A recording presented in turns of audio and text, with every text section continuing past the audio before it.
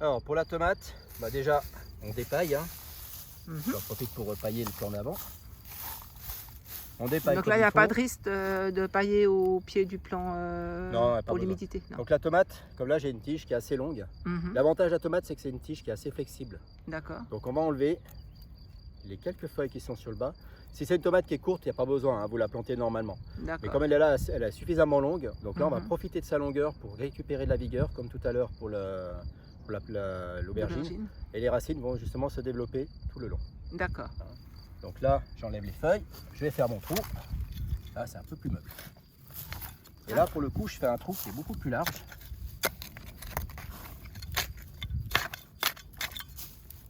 Donc on va émietter, hein. Mhm.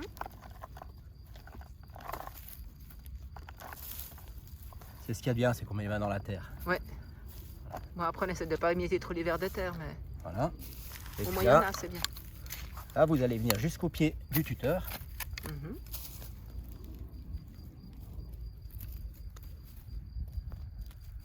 Et puis votre tomate, donc la motte bien mouillée, vous la prenez, vous la couchez, vous Ah, l'appuyez. il y a vraiment une très très grosse partie qui va sous la terre alors. Voilà, en fait, on va avoir des racines tout le long ici. Mhm. Donc tout ça va donner de la vigueur. D'accord. Et on la met justement avec les tuteurs à spirale. C'est l'avantage, c'est que vous n'aurez plus besoin de la tutorer parce qu'elle va vous la guiderez simplement à l'intérieur. Vous n'avez pas besoin de l'attacher. Ok, super. Et puis vous recouvrez tout simplement.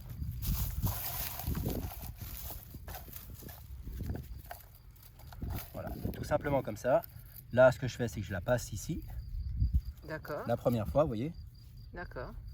première spirale. Et puis après, Ok. il n'y aura plus qu'à la guider. Ok, génial. Puis après, les feuilles qui sont vraiment tout près du sol, comme ça, c'est pas Elles grave. vont ça risque sécher. pas elles vont sécher. Il n'y a pas de souci. D'accord. Donc là, ce que vous allez faire, après une fois que vous avez planté, On repaille le sol, excusez-moi, Michel. après l'arrosage. Après l'arrosage, d'accord. Après l'arrosage. Donc c'est pour ça que là maintenant, bah, vous allez prendre votre arrosage, Mhm. votre arrosoir. Alors il y a deux écoles. Soit vous enlevez la pomme et puis vous arrosez comme ceci. Oui, Le mieux, c'est avec la pomme. d'accord. Et on va bien arroser la partie qui est... On n'hésite pas, hein, on mouille bien. Mhm. On évite de mouiller le feuillage. Exactement. Alors Mhm. le feuillage comme maintenant, c'est pas grave parce qu'il va être sec dans moins d'une demi-heure. D'accord, Si on arrose le soir, là vous allez avoir des problèmes. d'accord. En règle générale, au jardin potager, on n'arrose jamais le soir. Mhm. C'est vraiment le soir, c'est en cas d'extrême si on a vraiment eu un problème et qu'on n'a pas eu le temps d'arroser la journée. D'accord, Mais l'idée, c'est d'arroser le matin et d'anticiper les besoins. d'accord. Ça, c'est hyper important. Merci pour ce précieux conseil. Voilà. Et puis après, on va simplement repailler de façon à éviter la mauvaise herbe, c'est un avantage. Mhm. Mais c'est surtout, ça permet d'éviter l'évaporation du sol, de l'eau qui est dans le sol. Et du coup, ça permet de limiter les arrosages. D'accord, Donc si vous avez un bon paillage avec une bonne terre, moi je sais qu'à titre personnel dans mon potager, je plante mes tomates, elles ne voient plus une goutte d'eau après la plantation jusqu'à la récolte. d'accord. Mais donc là, vous parlez, j'imagine, d'une bonne couche de paille. Moi généralement j'ai à peu près le double de ça.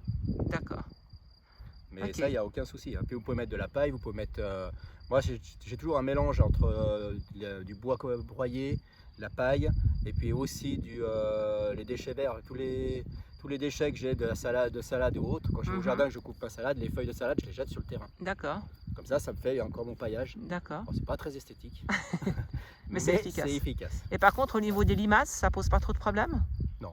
Non? Elles mangent les restes justement de salade que vous amenez sur le compost Alors et tout généralement ça? les limaces, moi j'ai un ruisseau qui coule à côté du jardin, donc c'est un tout petit peu un problème. La limace c'est un gros souci chez moi. Oui, Et la seule solution que j'ai trouvée, alors j'ai essayé les coquilles d'œufs.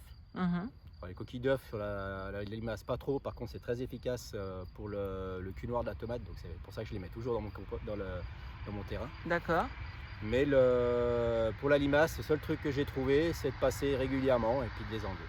d'accord. Donc un petit C'est le seul passage moyen. en... J'ai essayé la bière, alors c'est bien, ça les attire, ils vont se noyer dedans. Mais j'ai quand même toujours les limaces sur mes salades. D'accord. Donc, Puis ce passage, vous le faites en principe le soir exactement, coucher du c'est là où soleil. on les voit. Ou alors le D'accord. matin de bonne heure. ou le matin tôt. Le D'accord. matin avant le petit déjeuner. Très bien. Alors avis aux amateurs, aux lève-tôt ou aux Exactement. couche-tard. Mais le jardin, il faut se lever tôt le jardin. D'accord. C'est le meilleur. Puis Michel, vous parliez du cul noir des tomates et puis des coquilles d'œufs. Donc là aussi, vous conseillez par exemple aux membres de broyer des coquilles puis de les mettre au pied des si. tomatiers? Toutes les tomates que vous... Enfin les tomates, pardon. Tous les œufs que vous cuisinez, Mhm. vous gardez les coquilles. Moi je les broie et je les jette dans le jardin. D'accord, Mais je ne mets pas forcément au pied de la tomate. Je les jette D'accord. dans le jardin. Puis comme ça, avec le temps, j'ai tout le calcium qui va se dégrader dans le sol et qui va permettre de limiter le problème du cul noir. d'accord. Et depuis que je fais ça, j'ai plus de cul noir dans mon potager. Parfait. Merci beaucoup pour ces conseils pour la tomate. Et puis, avant de conclure, au fait, je profite parce qu'on parlait du cul noir. Est-ce qu'on peut aussi peut-être aborder le problème du mildiou avec la tomate? Alors le problème du mildiou de la tomate, ça c'est un gros souci. Oui. Alors déjà pour le limiter, la première chose à faire, on évite les arrosages le soir. Mhm. Les feuilles ne doivent jamais être humides le soir. D'accord. Alors vous dites, je vais arroser mon sol. J'arrose pas les feuilles, c'est bien, mais l'humidité va de toute façon remonter le soir et va se redéposer sur les feuilles. D'accord. Donc on arrose, c'est pour ça qu'il ne faut jamais arroser le soir. Mhm. Et puis après, si vous avez bien fait une plantation, que vous avez un bon paillage, et puis qu'on n'est pas une période de sécheresse extrême, Mhm. les tomates, si vous n'avez pas besoin de les arroser. Hein. D'accord. Donc là, vous limitez aussi le risque de mildiou. D'accord. Après, il n'y a pas 36 solutions, c'est purin d'ortie, purin de prêle, purin de consoude. Mhm. Et puis vous arrosez avec ou vous pulvérisez avec. Ça, c'est les solutions. Mais il faut le faire en préventif et pas en curatif. D'accord. Hein. Ça, c'est les seules solutions. Autrement, il faut prendre des variétés qui sont dites résistantes au mildiou. D'accord. Très bien. Merci beaucoup, Michel.